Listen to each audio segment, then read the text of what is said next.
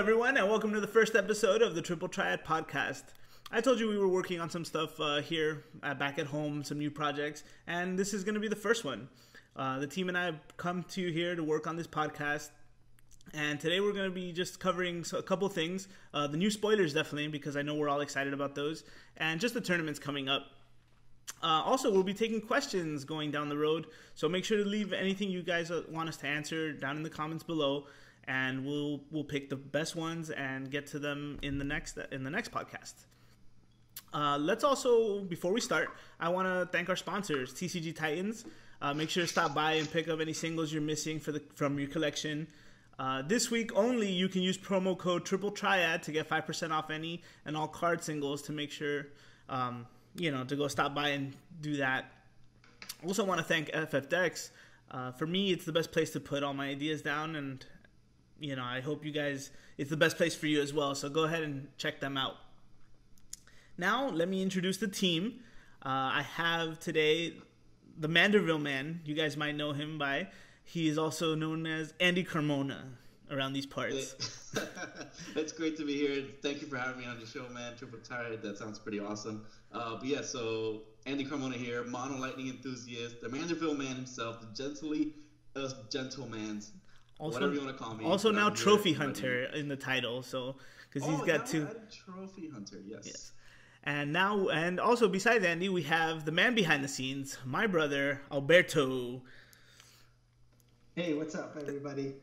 We should clarify, we don't actually play Triple Triad. Yes, that's true. That's a card game within Final Fantasy VIII. Yeah. This is not about that. We won't even mention that again, probably, for a long time. Other than the name, but I figured because it has to do with cards, that's and what. Final Fantasy. And Final Fantasy, of course. That's why we went with that. So, yeah, good. Now that everyone's here, now you know who's on the call. Let's talk about the first thing. I mentioned that we were going over the spoilers, and I did talk about the Opus 6 spoiler, the first one, FIRREA, the one I mentioned in my video earlier this week.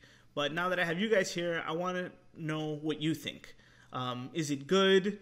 Do you think it's going to change the meta? Will it put fire on the map? And Andy, you want to take this one first? Sure. So right off the bat, it's a great curve card. You got 4 CP, 8,000 power. That's great. That's good. You want that. Being a legendary, it might be a little bit hard to pull in your packs and your pre-releases once it starts coming out. But it's definitely going to be splashed into every fire deck because every fire deck kind of just builds the same way with only one of 2 options. And fire only has 2 options every time I see a fire deck. You have 2 options. You have one of them, you're going to work around either haste and unblockable, or you're going to work around a more slower gameplay style that does ping damage with some effects here and there. But given that he isn't doing either or, he's actually putting a solid body, a solid curve on the board, and he's giving you a little bit of flexibility when it comes to what he can do with haste, first strike, or brave, or plus 1,000, depending on the situation on the board.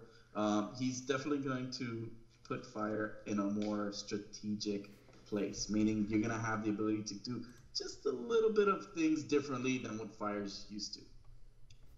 Okay, yeah. That makes sense. Do you think it's going to be the next Wool? No, it's definitely not going to be the next Wool, but this guy is definitely going to be maybe a 1 or 2 of staple in fire decks because of how easy and splashable he is in the deck. Okay. Albert, what do you think? Like Andy was saying, it is on curve. So at the very least, it's a 4-cost 8K body. But his effects, I don't know. I'm kind of not feeling them yet.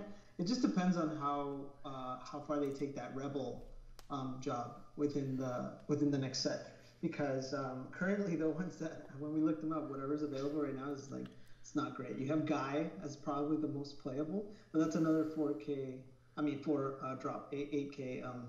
Forward, and that's getting pricey. The problem I think with a lot of the spoiler stuff, at least as you'll see as we go on to the next card, is they kind of put everything towards the more high cost cards.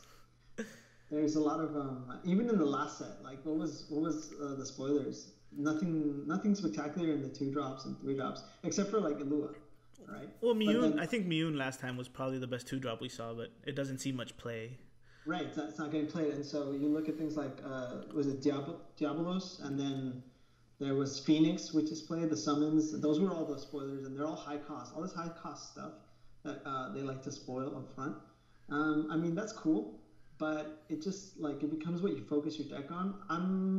I wish they would spoil more of like, or release more cards that are like change the base of your decks, like more 2 cost, 3 cost, 1 cost, or all the 1 cost stuff that do things. Like evokers aren't doing much for me anymore. Yeah. Well, going back to what you said, actually, 1 second, Andy. You mentioned the job of rebels. I did mention in my video that there's only 3 other rebels that we can put. Joseph, Guy, and well, the Firion himself is you can't have 2 Firions. But I did want to talk to you guys. I think Leon is like a rebel, but he's also a Dark Knight. I'm not sure which is the correct printing. If anybody listening knows the answer to this, please let us know, because when you look it up on FFdecks, it shows as Rebel, right, Albert? Mm-hmm. Yeah, and if you look it up on Magnet, he shows up as Dark Knight. So I don't know. I don't know if it's gonna. You can phone in your response at 1-800-333-TRIAD. Yeah. Go ahead and phone in the correct answer, and we'll go ahead and we'll take the calls. Andy, you were gonna say something? Pertaining to more of the Rebel thing, I hope we don't see another like Warrior of Light scenario where Opus 5 give us a bunch of different Warrior of Lights in the form of the orphans, and to be honest, I'm kind of interested in building like a Skittles deck around them. I'm sure somebody's already has and dabbled with it, but maybe we're gonna see that sort of trend in Opus 6. Now we're gonna see a Skittles version of new Rebels, because maybe that's a thing. That's cool, yeah. And I think there was a deck that made top 8 in one of the Shiva Masters. That did that. I think they went with Earth, Wind, and I want to say Fire. Maybe Lunith was in there. I don't remember, but it was definitely cool. All right. Well, I think that covers Firion. You guys know what I think already. But just to go over it again really quick, the fact that he's possibly a 2 CP makes him like splashable, like Andy was saying, and just a way to spam him also, like get him to make the fire deck more swarmable. So maybe they'll bring in something like that, and especially if the rebels do have like ways of bringing out multiples, kind of like the what are they called, the Earth guys that search each other. Oh, like the Psycom Enforcers? Yeah, exactly. Maybe the rebels will have like a standard unit that has that are rebels that let them bring each other out, which would be cool, or at least searchable. Anyway. Mm-hmm. But now going on to the one that just came out today, and I knew it was gonna happen, because like I said earlier, that we tweeted out that we'll be expecting a lot of spoilers this week and in the coming weeks. It's pretty much spoilers month. So Yuna, and I don't know if anyone listening here has had a chance to see it, but I will leave it in the description below so you guys can find it. I'm gonna read it to you guys, and then we're gonna go over it. When Yuna enters the field, play 1 job Gold Wing forward from your hand onto the field, or search for 1 job Gold Wings forward other than card named Yuna and add it to your hand. For 1 CP, colorless, could be any color, remove 3 summons in the break zone from the game. Choose a job Gold Wings forward, activate it. It gains 1,000 power until the end of the turn. I want Chibi, also known as Albert. Sorry, I keep calling him Chibi. It's just a force of habit, guys. His nickname is Chibi, but we'll call him... Surprise, a 4th member just came. Yeah, Albert, go ahead and start off with this one for us. I think similar to the Firion card, it's going to depend on the Gold Wings. Because there isn't any Gold Wings to my knowledge at the moment, is there? Of course. The whole starter deck, the whole 10 starter deck is all Gold Wings. You have both Pains, the one that searches, and then the main one from the Water Wind decks that lets you draw, and the 4-cost Riku, which is one we don't see often, but that's really strong. Wow. Okay, no, I didn't get any. Oh, it's Gold Wings. I'm trying to do a search at the moment, and I'm doing Gold Wing, and I didn't get anything. Oh, that's why. But I mean, she's cool, but like I said, she's also high cost, and I guess if you're gonna get that card back anyway, she is like a pseudo 4 cost 8K, so that's fine. But that second effect, I just don't see. I don't know. I feel like there's another Gold Wings coming out. Something else that'll be the go-to search card, the one card you want to grab, and then that'll make it that'll earn her that legendary status. That's right. She is legendary. I didn't mention that, but she is the water legendary, one of the water legendaries for the set coming up. So, Andy, I gotta say, I love the art of this card first of all, and I'm definitely gonna collect a playset of these holo. I mean, they're just gonna look beautiful. But onto the actual card itself, I'm really amazed by it, seeing as it has a lot of potential to be a combo piece and something that can cause, and like you going from no forwards to maybe popping out 3 or 4 of them, depending on how well the deck synergizes. Because right away I'm thinking, with that ability to recruit on summon, mainly the pain that maybe you want to drop, so you can go ahead and reactivate all your backups. Here you have the Yuna on board, and you have the Riku as a backup. Well, assuming you have Riku on backup, then you have the let me see if I can pull it up. I think her name is Miwoo, which is a 2 CP win backup that bounces a character back to your hand. So if you bounce this back to your hand and then try to deploy it once again, even though it's 6 CP, I mean, I'm thinking more of a water wind variant where you have all that, like, you have a lot of resources, you can start activating and reactivating. So given the fact that you have access to a combo like that already, throwing this Yuna in there might extend that combo even more. So I see a lot of usefulness with her. And the second ability, the one where you go ahead and remove 3 summons in the break zone from the game, choose 1 job going forward, activate it, it gains plus 1,000 power until the end of the turn. It tells you choose 1 job going forward. What job is the Riku backup? Is she Thief? Yeah, I think so, but I don't think she's I can double check for you guys right now. Yeah, no, she's Albed. Oh, she's Albed. Never mind. That sucks, because that would have been great to just like, it says forward either way. So it says forward. Oh, yeah. Never mind. But maybe we get a Gold Wing that has like a Dole ability, and that's like, you go ahead and start playing around with that. All that silliness where you activate Dole. That has the potential to do that. But mainly the focus is to use her and maybe abuse that whole recruit ability. The only shame is, though, I feel like, and maybe this is asking for too much, she could have been an EX burst. Yeah, maybe that might have been asking for too much. I think, yeah, but she does, to me, she looks like the next Setzer or the next Steiner, if you will, because she is like the big cost searcher for this archetype or this job class. I don't want to say category because she's searching job classes instead of categories, but I think going to what you were saying, getting that deployment on summon, it's going to be good.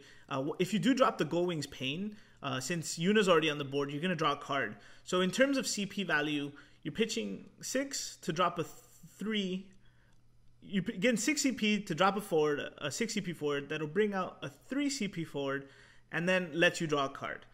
So in terms of numbers, that seems like value to me, but it does seem expensive overall. I mean, let's just assume like you have it in a water or water variant deck. I mean, you're gonna have at least we're talking about turn 3, turn 4, 2 backups. Yeah. So it's 2 cards out of your hand. She's gonna draw you a card if the summon that you, or the forward that you choose is the pain. Yeah. And you're gonna reactivate that, and you're gonna have access to 2 CP again, plus an extra card in your hand. So you're gonna go through the deck a little bit faster, which is always a plus in TCGs. Yeah. At least I think. There's also the Riku that I want to mention, the one that we don't see as often. And for those listening, I'll go over it with you. It's from the starter deck. So she's a 4-cost, Gold Wings, 6K forward. But if you control Yuna, Riku gains 2,000 power, and Riku cannot be chosen by summons. And if you control card named Pain, Riku gets another 2,000 and cannot be chosen by abilities. So I think this is probably the Riku we're going to be seeing a lot with this effect, I think, because having 2 AK forwards and one of them being unable to be chosen by summons is going to be pretty strong. And if there is the only other pains right now are the ones I mentioned already, the one that gets you the on summon effects, and then the EX burst one that lets you search either Yuna or Riku. I guess you could do that as well for more value, or like some kind of value to try to keep them there. at least get the synergy of the deck going. And the search within a search within a search. Yeah, exactly. And so and a draw. And a draw, if there's a lot of things going on there. I don't like the second effect at all. I think it's going to be kind of like the way those the Warrior of Lights have that secondary effect. It might make a difference, super late game, but you're gonna overlook it sometimes. And no, I mean the cost for that is just it's live once you've dedicated a couple of summons to the break zone. There goes your Leviathan, Bismarck, whatever that you've used already. I mean it's fuel now. That means they serve the summons that usually dump into a water deck. That's usually what you have. Maybe one Sildra, you have 3 Bismarck, maybe a Moogle, maybe 2 Leviathan, 3 Leviathan. Like those, you're giving those cards a second life to do something. Not something game breaking, but the ability to now you have the option to use Astrologen for activation. Now you have Yuna to activate and gain plus 1,000. Like that. That's a funny little combat trick that your opponent can forget that it could happen. Or being overlooked a little, because I know I definitely overlook those Warrior of Lights and their effects sometimes. I have to read them over whenever I see them because I need to make sure what it does. Absolutely. Albert, is there anything else you want to add to this? No, I mean you guys covered it, the value, but Water Wind already had that value game. That's really how the deck plays anyways. It just stall you out, and you can't really catch up once they get going. Do you think this is going to change that regular Water Wind that we see often? Because instead of maybe the Lena and the Knights, will it play this instead, or do you think it's going to change it that much, or is it going to be a whole new deck on its own? Do you think? Well, like I said, I just want to see another going because, like you mentioned, right now it looks like that Riku forecast is the best target. Yeah. And I feel like they have something else to go with it in the set. So just going by what you're saying, other goings, I vaguely remember 10-2, and I think the 3 of them are the only goings, and Brother is another one, but he's a backup here in the card game. I'm just looking at it now. Maybe there's a forward Brother coming. Maybe, that would actually make sense. A forward Brother that you can drop, and he does something cool. Okay, that's something to look forward to. All right, guys. Well, that covers the spoilers, the only ones we have so far. There is another one that got tweeted out, but it's just a picture, and we don't know. It's like an Earth Warrior Light or something, I think it looked like, but we don't know anything about that, so we're not going to cover that today. They don't even show its power. They don't even. Yeah, they just show a little bit of the art, and it's in I want to say Japanese, so we can't read it. But I'm sure when it comes out, we'll get it to you guys. It sucks that right now it looks like Fire is getting the worst of it again. I don't know. We'll see. It just seems like that's always the case. I know there's a lot of Fire enthusiasts out there, and they'll argue with us. Maybe we'll get one of them on here once we see more of the Fire cards. But I guess let's go on to the next topic. Considering that there are some major events coming up, guys, Toronto in May, at the end of May, I believe it's the 26th and 27th. We have Kansas City, June 23rd and 24th, and then Orange County in the end of July, just the week after that, on June 29th through July 1st. First of all, I don't know, are we going to Kansas, guys? No, right? This is it. That is still up in the air. Still up in the air for you. Okay, so guys, you heard it here first. Anti-Corona is still up in the air. And I had a pint of helium the other day. We're definitely not going to Toronto, and Albert and I are definitely not going to Kansas, and probably not going to Orange County. So Andy, since you might be going to Kansas City, I want to start the questions off for you. What are some of the decks you think you should be prepared for, matchup wise? Like, what should your deck be able to beat comfortably going into this next Crystal Cups? You gotta take monsters into consideration, and right now they're spawning little variants of different types of monster decks, where there'd be the pure mono water deck, or is it the water wind, or is it the water earth? But either way, there's monsters, and that seems to be a very popular, very safe deck choice because it does well even if you don't pilot it well, it still does well. Because of how safe it is to play, when that's still one of the...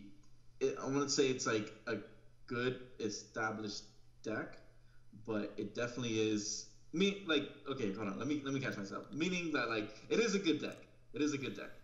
But not everybody can pilot it. Like I said, you're going to find people who can pilot it better than others. Okay? But I feel as though that definitely is a very popular choice, a very safe choice. Other than that, you have the Water Wind that we've seen with Hero Yuna, Chaos Walker, things like that. Something safe, something like that. You have the popularity of Fire Ice, which I find that's just a little bit more aggro than some of the other ice variants.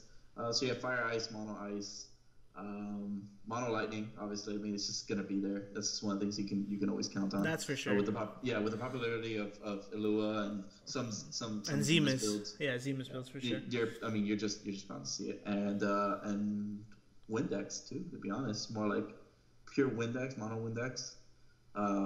They'll somehow, some way make it through, only because there are some decks that just require a little bit more time to set up. But by that time, you've hit them with Adele, you've hit them with Chocobos, so it's like turn 3, turn 4, and you're already on the 4th or 5th point of damage.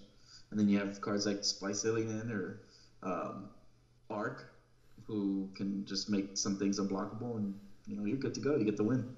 Yeah. And that best of one thing is just like, with a deck like that, you're gonna make top easily. Okay. Albert? I am curious to see how the monster decks will do, because I think, it's for sure become a thing. I remember in Opus, 4, right, that we got them? We got the, Monster's gonna do a thing, or become whatever. And there was the straight up, I remember the all monster deck you built, like early on in that set. Yeah, it was. But my problem, what I want to see is if it goes to time because of that one round best of one thing through Swiss. Is it really the best deck that's gonna help you get a win? It's like you don't want to stall because that's not gonna help anybody.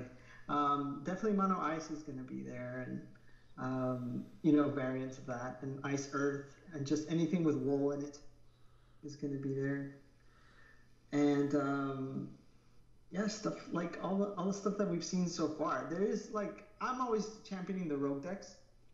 You guys know? Yeah. So I'd like to see something, with the Golbez do well. Golbez, we haven't seen Golbez top in a while, right? I think we can safely say. I think that deck is. I mean, we've play tested many times with it, and it's never been more consistent than now because of the we call the dark package with Star Sybil. I mean, you EX Burst or even play the Star Sybil, get the Cam gets you Chaos, you're no longer color locked. I mean, what more do you want with the Golbez deck? That's true. I just feel like Golbez is still one of those decks where, like, if you got it, you got it. I'm sorry, I don't care what your deck does. You popped Golbez, turn 2, turn 3. Good luck. Yeah, that's definitely, and Cam's not an easy thing to get over either. I fought it this last tournament. We definitely faced it. Well, at least I faced it a couple times. And it was annoying. And in top 4 against Alex, I was fighting it, and he just did everything he could to protect it because he knew it was in my way. But all right, so follow-up question is, what secret deck do you think will come out of the woodworks and take home the trophy? I know we always see something new. We don't necessarily always see something new, but like we mentioned just earlier when we were talking about the Warrior of Lights, that it didn't take home the trophy, but it definitely got top 8, and I found it super interesting to see something sprout up like that. Is there anything you guys think will surprise us in these coming tournaments? There's going to be a tech where somebody figures out how to really abuse Urianger and Layak. Oh, so an Urianger monster deck. Okay. Yeah, well, it doesn't necessarily have to be a monster deck, because I've tried experimenting just splashing in Urianger and Layak, or whatever you can play Lightning with, and then just throw Layak in there, because Layak is such a plus card. It's just going to, I don't know, it's just going to do something weird. I feel as though that sort of combination with any deck, try it out and see what wonders it can do for you. I mean, even if a combo would be like oh well, what does this deck do? Oh well, it abuses Balthier and I forget the 2-cost fire monster that bumps damage by 2k. Oh, I've been working something Massive Tech, the Scorpion. Tech. Yeah, Massive Tech Scorpion. Yeah, Scorpion. Yeah. so like combo in like Baltier with the Geomancer, and then that combo allows you to abuse Baltier's Dole ability. You can probably do it like 3 times with just 1 backup, and then he shoots for 4k each time, so which you've already done like 12,000 damage. So that will work well, unless you're going up against Dataluma, who's also very popular, and it's being splashed in every Earth deck possible. That is a good, interesting combo. if you see Baltier list like out of the woodworks, just top, go play that because somebody's figured something out, and I know that card is really good. Okay, just to go back, just so paint a picture in everyone's head, Manasvin Wormmech is a monster, and I've been working on this card myself. I was going to mention this as well a little bit later in the podcast, but he is a monster, 2-cost monster. For 1 fire CP, and to tap him, choose a character. If it deals damage to a forward this turn, increase that damage by 2,000 instead.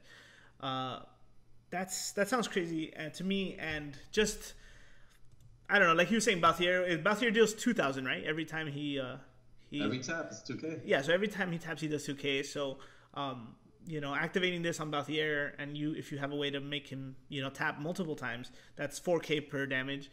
But adding on to that, maybe if we do it to Dataluma, that's Dataluma dealing 6k every time he gets pinged. So that'd be like an fire, wind variant. So you can still that's another thing too. We haven't seen a lot of those tricolors. I know some people were saying that monocolors the meta or whatever like that, but I still feel like we see enough dual color stuff to disregard that. The meta is the meta. I still don't think there is a meta, honestly. I don't think that word exists in Final Fantasy. Yeah. And Albert, I didn't get to you, but what do you think are some secret decks that someone might pull out? They're waiting to pull out at these tournaments. I want to know what the aggro players are doing in this set, because I feel like the game's gotten so much faster, even with the decks that kind of have to build up their backup count first.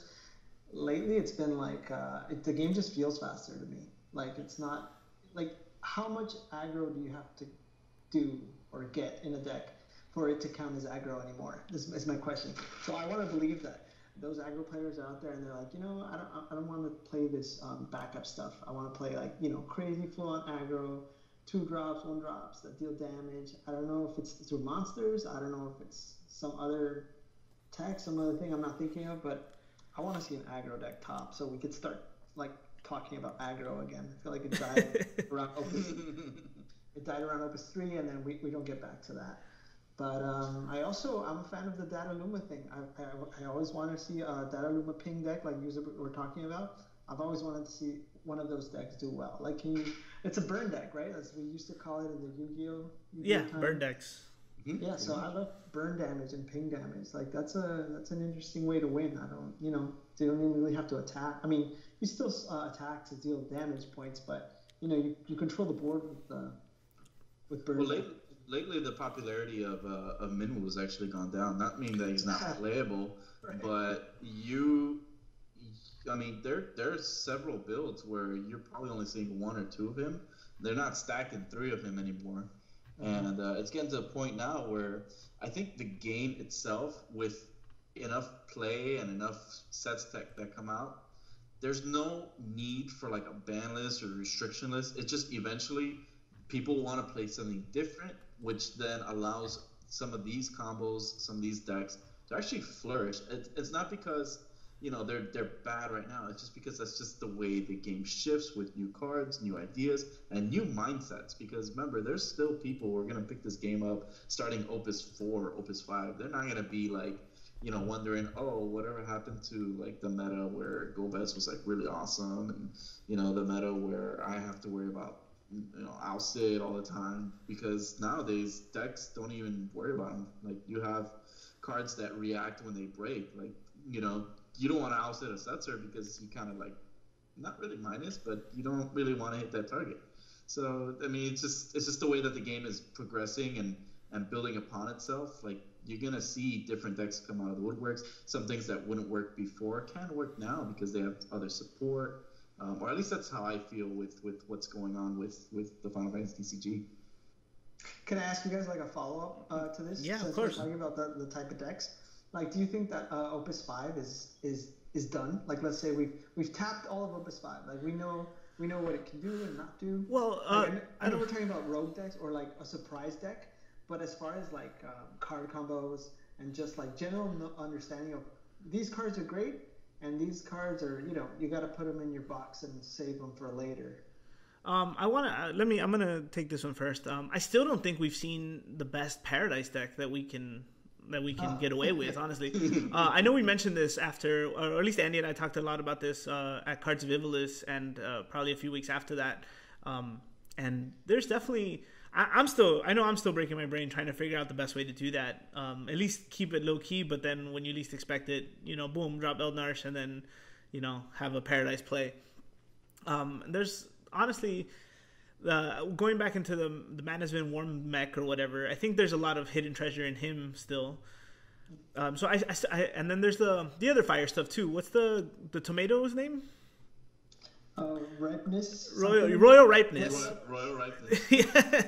I don't know, man. I feel like I don't think we've tapped enough into fire, because there's a lot of those. They have a lot of good cards, like, well, Royal Ripeness and they're monsters mainly, but I don't know. I think there's a lot there that we don't go into. I think we'll put fire back on the map for me. Is that really awesome budget Palamporum deck? Yeah, that's true. That we ran into a lot. Yeah. So thanks to Chocobros for showing that one to South Florida, because to us, yeah. That was an awesome deck, and it just it abuses the Phoenix and the fire cards so well. So that's definitely the direction that I like to see fire go. It's a support, I guess you could say. It really does help out. I mean, the deck wouldn't be much without the Phoenix. It's not even an engine; it's just a card. But the FIRREA is the engine, so you want to start abusing that. And I feel like that card is also building up in popularity just because of how control the card is. But yeah, and I agree too. I think that's a direction that I wish we would see more decks go than our standard like themed color themed decks or like category themed decks, like the 9 and the 6 packages or whatever. Because that Palamporum deck definitely, I think, is by far one of the most creative decks this game has brought out. I think, in terms of being a little bit of everything, where it does do that ping damage kind of burn thing we were talking about earlier, but it also is very control-y at the same time, where it's just like it leaves your opponent in a state of I can't do anything, and so I think we need a lot more of that. Absolutely, and that, I mean, it meshes so many things together because you have so many different types of cost. You have your higher cost with the 7 cost Phoenix. You've got the 1 cost Palom, the 1 cost Porom. So you have so much flexibility with what you can do. I mean, I've played that deck several times now, and I've did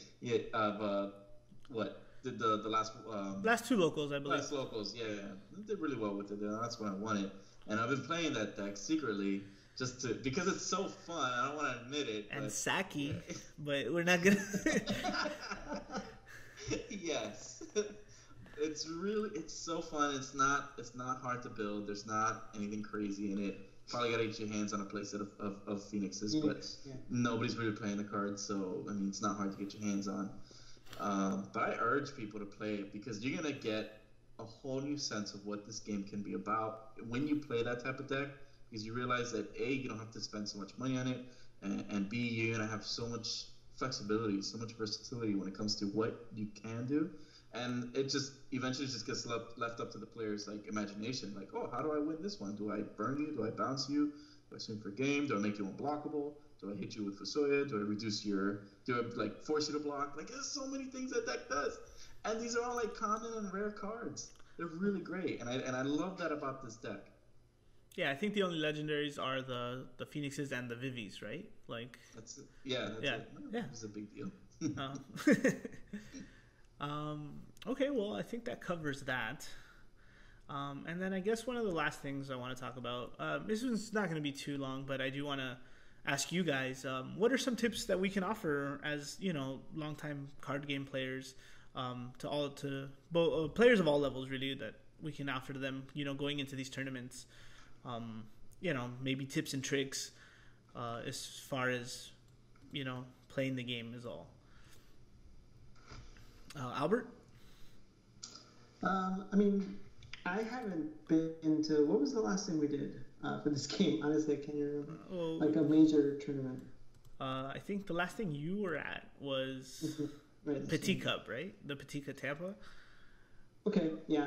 So for Petit Cup Tampa, what did I take? I took aggro chocobos, right? No, I think you took Golbez, no? Oh, no, yeah, sorry. Yeah, that was Golbez. Okay, yeah, but so, I like rogue decks. I think that going into any tournaments, you want to see what's popular out there and then not play that. Because all my success... You took Dataluma. Oh, Dataluma. Yeah, you took Dataluma. Okay, there you go. Yeah, that was my own build. And then before that, it was the Chocobos thing. Ice also, which was the Ifrit thing, right? Yeah. So that was also my own. Yeah, the aggro deck. And then even back to the Yu-Gi-Oh days, we built whatever we would come up with on our own. There was some net decking to kind of understand the game, but then you don't really take that with you because everyone's gonna know how to play against it. That's the decks everyone, at least the serious players, that's what they're gonna be practicing against.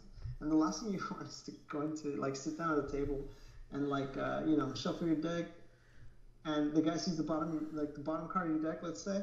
And that's it. He already knows how he's going to play you, from turn 1 to the last turn. That's the worst thing, I think. So I would say that, just, take something unexpected, even if it's tweaks to, let's say you like playing the meta decks. It's fine. Tweak it, substantially so that you're not like a predictable sort of plays, Okay. Yeah, there you go. Andy, do you have any suggestions? Tips? My advice and this is more for new players and semi-new players who are getting into it and are already into it and made some sort of investment in it. Couple of things. One, when you go to locals, people in this community have said it time and time again, we're really friendly, we're really open, we're always trying to grow it, and we're always trying to offer any sort of assistance. One thing is don't be discouraged and don't be afraid to reach out to your local community, reach out to your local players, and just it's not a sign of weakness. It's not a sign of, oh well, these guys are probably gonna make fun of me, they're gonna call me a noob or whatever. Because we all know that it's a lot easier to be toxic than it is to be friendly and help and grow the community. But that comes on us as more veteran players. It's just be more open. Take time to work a little bit slower with some of these new players.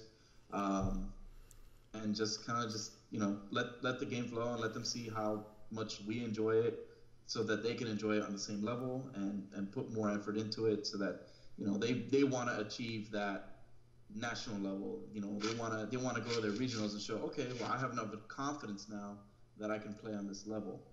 And my other thing would be for the newer players, it's just don't be afraid to go up against somebody who knows what they're doing, because you are going to learn. I've never met anybody who never learned from failing. That's where you learn. You learn from messing up, from doing something wrong, from not playing the game right. But someone's going to teach you. You're going to learn things along the way. You're also going to learn your deck a lot better. So I wouldn't recommend flip-flopping here and there. Play one deck. Play it as far as you can, to the point where you're like, okay, this is not for me.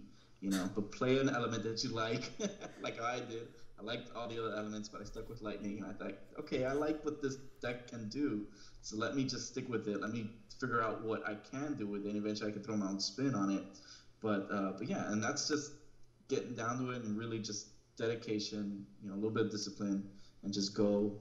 I'm basically saying go and lose, because you're gonna learn that way. Okay. I learned a lot. He's learning. Yeah, it's never a loss if you learn something new, right? That's never a loss, except for the $5 you spend at locals. But they're called investments. Yeah, I think it's a lot cheaper than college. That's So I guess one of the real important things going, you took that advice in a different direction, but I want to take it back in the direction I thought it was going in. Like Andy was saying, play your deck, play it out, like play it as much as you can, right? And once you're sure this is the deck for you, make sure you know everything about it. Don't let your opponent tell you how your cards work. Like this is for new players and old players all the time. This is going a bad direction, but I'm gonna let you finish. No, this is just, I don't know. It might be going in a bad direction, but I just really like. I know I've messed up in the past when player like or we've lost to rulings in Yu-Gi-Oh because we just let our opponents tell us, oh no, that's not how that card works or whatever. But and I know some other players, I won't name names, but someone we know they've told him and he's like, no, you have to understand how this card works. And of course you should always call the judge and make sure this happens, but don't be afraid to call the judge because you should know how your card works and you have to stand by that. Don't let, like I said, I guess the point of that is don't let your opponent tell you how your cards work. Don't let Jesus take the wheel. You take the wheel. Yeah. And then I guess the other thing too is just a funny thing really, but always attack before you deploy. Unless you need to remove, unless you're playing Genesis or something like that and you want to freeze their forwards. Because for me, 9 times out of 10, every time I deploy and then choose to attack, I always get hit with Odin on the EX burst. Yeah, I wonder who you're playing against. And if you know you're playing Lightning, I would recommend attacking before deploying, unless you need to, deploy first. But yeah, those are just some tips from us here, in South Florida and my team and I.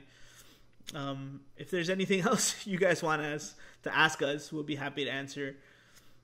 Yeah, man. So this friendly comment, or we're pretty much on Facebook too, and on some of the TCG groups on Facebook. And I mean, I'm gonna speak for myself personally. I don't mind if you guys have a question or something you might want to ask me, or if you want like tips on a deck or something. I mean, I'm not the greatest player. I know some of the things, and I can do. Yeah, I can do things with cards basically, but I know things. I can do things. Yeah, I mean, I'm not like some Final Fantasy guru or something. I really enjoy the game, and if I get a chance to play somebody who's like on a whole nother level, I get really excited. That's the whole Goku syndrome where he wants to fight somebody who's, he wants to test his power, and that's what I want to do. I want to see what are they playing, what are they doing differently that maybe I can pick up. I'm not going to be an innovator of this game, but sure as hell perfect something. I think you were an innovator. You're the first one taking, what's his name? Hildebrand to the top. I was not, but definitely opened up a lot of people's eyes to that. Some people might say you were. Some people might say you were. But, all right, guys. Well, I think that's going to wrap us up today. Again, I want to thank you guys for all my subscribers, honestly, for following me and sticking with me. We're almost at 300, guys. We're a few off. Hopefully, this will get us there. Once I hit 300, we'll do a giveaway. But I also want to say I will be doing a small giveaway just for this first podcast, and being this as our first project, our first new project come to life. And so going back to what I was saying at the beginning, I want you guys to ask questions. Ask us stuff that maybe you want us to address in future podcasts. And I will, the best question, hopefully decided by the three of us, I'm just going to give you guys some free cards, promos, holos, some legendaries. I don't know, man, whatever we have extra here. We do have a lot of extra cards. And honestly, lately when we win tournaments, we'll rip the packs and we'll give out the commons, and maybe if we don't need anything to the new players. And I just want to keep that that going as far as my outreach for this game. And so, like I said, the best question will win a prize. We'll win the giveaway. And so, for those who stuck around listening to this whole podcast, you will benefit. Can I make that pot just a little sweeter? Yes, please. All right, so we're going to talk... Well, I want to do more about your 300 subscribers. So once you've hit the 300, I'm going to throw in a Hollow Warrior of Light, the wool, the Opus 5 one. So whoever you choose, I'm going to go ahead and throw in a Hollow Warrior of Light. Well, the Earth one. Is that for you said? So you said that's for the 300, or is that for this podcast? So let's do it for that 300. Okay, so there you go, guys. Well, you heard it here first. Andy Carmona is donating a hollow wool for our 300 subs. So once you hear this, spread the word, and hopefully we can get there sooner. Is there anything else you guys want to say? Any last minute comments before we go? Since I know for a fact, I mean, every time I think about it, I don't know if I'm gonna be doing like Kansas and that, but I know who is going.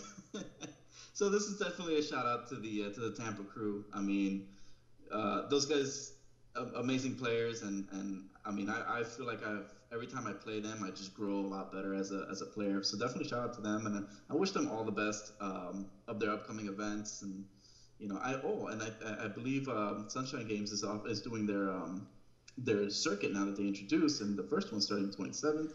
Unfortunately, we won't be there, but I do wish them the best of luck, and I just know for a fact that all of them are going to do very well.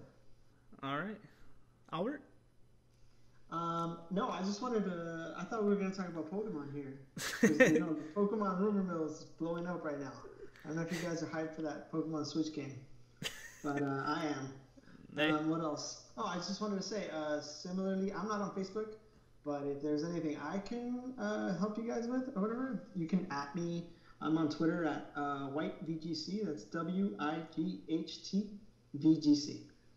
All right. I'll leave that in the description below as well if you guys want to reach out to them. All right. Well, thank you everyone again for listening. We are, I guess, the Triple Triad. And this is the Triple Triad. We are the Triple Triad. This is our podcast. And we'll catch you guys next time. See ya. See ya.